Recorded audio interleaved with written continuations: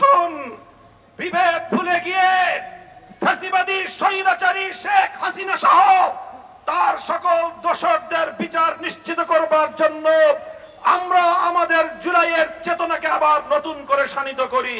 ব্যক্তিগত মান অভিমান এবং ক্ষোভ থেকে এদেশের 18 কোটি মানুষের স্বপ্নকে ফিকে হতে দিতে পারেন না।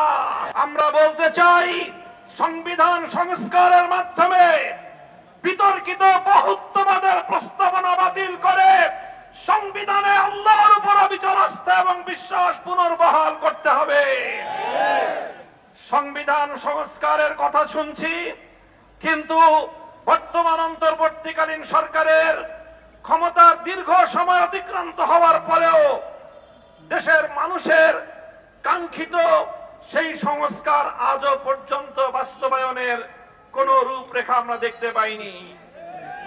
আমরা অন্তর্বর্তীকালীন সরকার প্রধানকে বলতে চাই, জনাব ডক্টর ইউনূস সাহেব, মেহেরবানি করে আপনি প্রথমে অনতিবিলম্বে সংবিধান সহ রাজনৈতিক ব্যবস্থা এবং নির্বাচন ব্যবস্থা সহ গুরুত্বপূর্ণ প্রতিটি সংস্কারের রোডম্যাপ ঘোষণা করেন। কবে নাগাদ আপনারা এই সকল সংস্কারগুলো করবেন? এই সংস্কারগুলোর একটা রোডম্যাপ ঘোষণা করেন। রোডম্যাপের ভিত্তিতে যথা উপযুক্ত সময়ে একটি যৌক্তিক সময়ের মধ্যে নির্বাচনের রোডম্যাপ ঘোষণা করেন। আর সেই নির্বাচন বাস্তবায়নের আগে বাংলাদেশের হাজার হাজার মানুষের রক্তের দাগ লেগে আছে যে এই খুনি ফ্যাসিবাদী শেখ হাসিনা এবং তার খুনি মন্ত্রিসভা এবং প্রশাসনের হাতে, তাদের বিরুদ্ধে আইনানুগ ব্যবস্থা গ্রহণ সহ তাদের বিচার কার্যক্রমকে দৃশ্যমান পর্যায়ের উন্নতি করতে হবে। আজও পর্যন্ত সেগুলো বিষয় নিয়ে এদেশের মানুষ আশ্বস্ত হতে পারেনি। বাংলাদেশের বিগত জুলাই এবং আগস্ট বিপ্লবের প্রতিটি অংশীজনকে আমি আজ হেফাজতে ইসলামের পক্ষ থেকে উদাত্ত আহ্বান জানাতে চাই। বিগত 15 বছরের ফ্যাসিবাদী আমলে আমরা যারা রক্ত দিয়েছি রাজপথে, জীবন দিয়েছি রাজপথে, সকলকে আমি অ্যাড্রেস করি।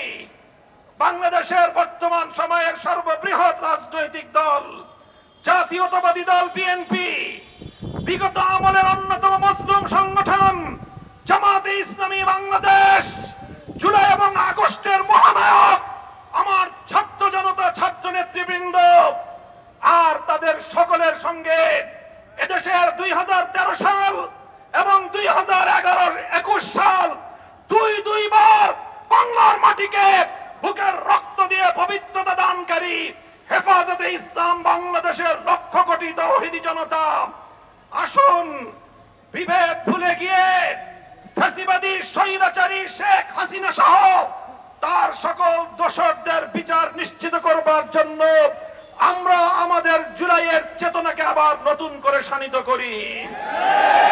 প্রফেসর ডক্টর ইউনূস সাহেব জাতির অভিভাবকত্বের দায়িত্ব গ্রহণ করেছেন।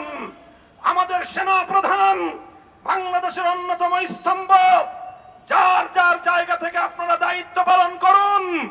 আপনারা ব্যক্তিগত মান অভিমান এবং ক্ষোভ থেকে এদেশের 18 কোটি মানুষের স্বপ্নকে ফিকে হতে দিতে পারেন না। এদেশের মানুষের অনেক স্বপ্ন রয়েছে।